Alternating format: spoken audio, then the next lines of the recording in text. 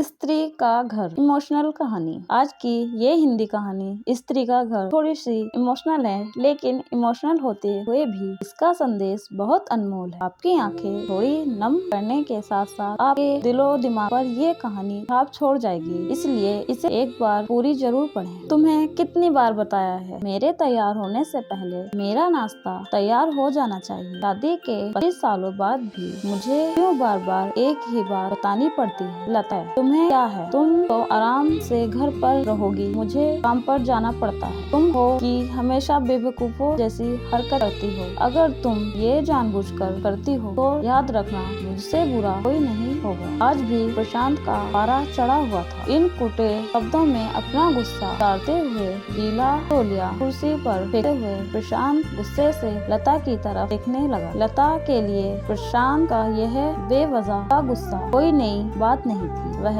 महीने में 3-4 बार ऐसे ही लता पर बरस पड़ता। पहले पहले लता उसका विरोध किया करती थी, लेकिन जब कई सालों तक प्रशांत में कोई बदलाव नहीं दिखा तो लता ने खुद को ही बदल दिया। अब प्रशांत के कुछ भी कहने से लता को कोई फर्क नहीं पड़ता। प्रशांत की हर बात वो चुपचाप सर नीचे झुकाए सुन लेती थी। शादी के पहले 5 साल तक लता ने पूरी कोशिश की थी कि प्रशांत को बदला जाए, लेकिन फालतू का गुस्सा करना और बाद में लता को भला बुरा कहना, ये मानो जैसे उसकी आदत बन गई थी। कोई भी वाद विवाद होता तो प्रशांत सीधा लता को बोल देता, अगर मैं तुम्हें अच्छा नहीं लगा तो क्यों नहीं चली जाती अपने मायके, क्यों रहती हो मेरे साथ। इतना सब कुछ होने के बावजूद लता प्रशांत के साथ रहती, क्योंकि उसे अपनी बेटी की फिक्र थी और वह जाती भी तो कहाँ। अपने बूढ़े हो चुके माँ बाप को इस उम्र में परेशान करना वह नहीं चाहती थी। समाज और लोग क्या कहेंगे, ये भी तो उसे देखना था। वह इतनी पढ़ी लिखी भी तो नहीं थी कि खुद जाकर कोई नौकरी कर सके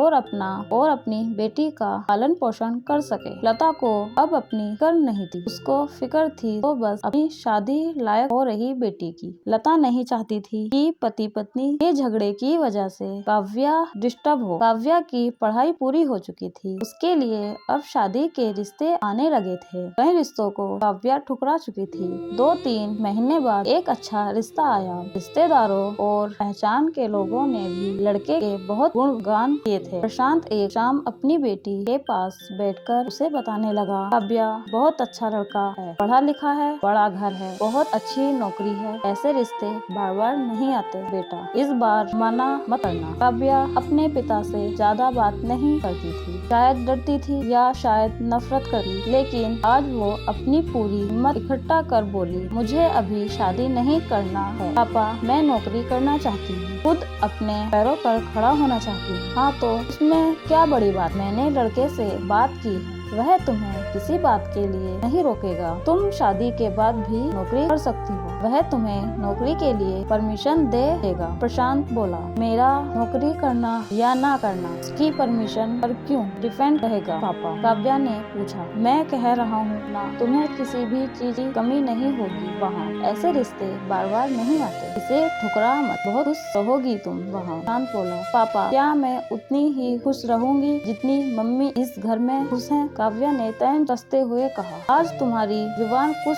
ज्यादा नहीं चल रही? प्रशांत गुस्से से आंखें बड़ी करते हुए बोला, पापा मुझे शादी ही नहीं करनी है, क्योंकि शादी के बाद अगर वो लड़का आपके जैसा निकला तो मैं क्या करूँगी। मुझे आपके जैसा जीवन साथी नहीं चाहिए जो बिना बात के मुझे पर हमेशा चिल्लाए। मुझे कुछ भी अपनी पसंद का लेना हो तो 10 बार सोचना पड़े, कहीं वो नाराज ना हो जाए। मेरी तबीयत कैसी भी हो उसे परवाह ना हो, रोटी थोड़ी सी मोटी बन जाए तो घर सर पर उठा ले, उसकी चेकबुक ना मिले तो भी मेरा ही दोष निकले, और हर छोटी मोटी बात पर मुझे मायके जाने के लिए कहे। काव्या ने अपना दिल खाली करते हुए पापा से सब कह दिया। प्रशांत का गुस्सा 7वें आसमान पर था, लेकिन उसके मुंह से एक भी शब्द नहीं फूट रहा था। वो काव्या की बातें सुन रहा था। काव्या उतना ही बोलकर चुप नहीं हुई। आज पहली बार वह अपने पापा के सामने इतना कुछ बोल रही थी। पापा, आपने माँ के साथ हमेशा गलत व्यवहार किया है। आप अपने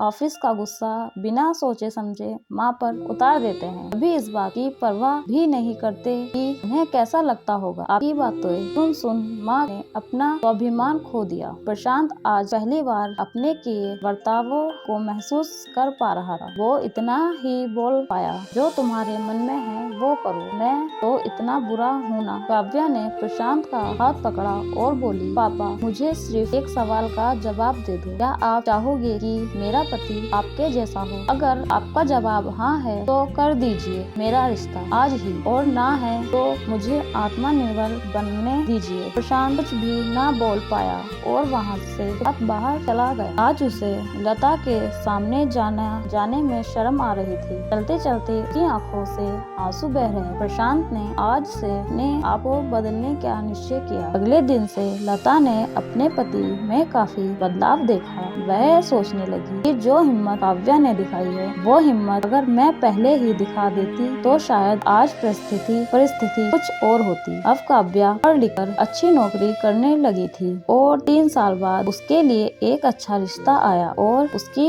विदाई पर प्रशांत बोला, बेटा तू हमेशा खुश रहेगी क्योंकि तेरा पति तेरे बाप जैसा नहीं है। प्रशांत की ये बात सुनकर लता और काव्या की आंखों में आंसू बहने लगे। दोस्तों, हमारे समाज में औरतों को भले ही देवी का दर्जा दिया जाता है, लेकिन वह स्वतंत्रता नहीं दी जाती जो उन्हें देनी चाहिए। उन्हें बचपन से ही बताया जाता है कि वह पराया धन है। स्कूल से आने में देर हो जाए तो पिटाई मिलती है। मोबाइल पर बातें करती हुई दिख जाए या खिड़की से झांकते हुए दिख जाए तो किया जाता है। माँ बाप का घर तुम्हारा नहीं है, पति का घर ही तुम्हारा घर है। जीवन भर ये बातें बता कर उन्हें ससुराल भेज दिया जाता है और एक दिन किसी छोटे मोटे झगड़े में ससुराल वालों से उन्हें सुनना पड़ता है कि इस घर को छोड़ दो और मायके चली जाओ। अब आप ही बताओ दोस्तों, ऐसी स्त्रियों का सच्चा घर कौन सा? आखिरकार वह किस घर को अपना सपना कहें? हमेशा की तरह पूरी कहानी पढ़ने के लिए आपको धन्यवाद।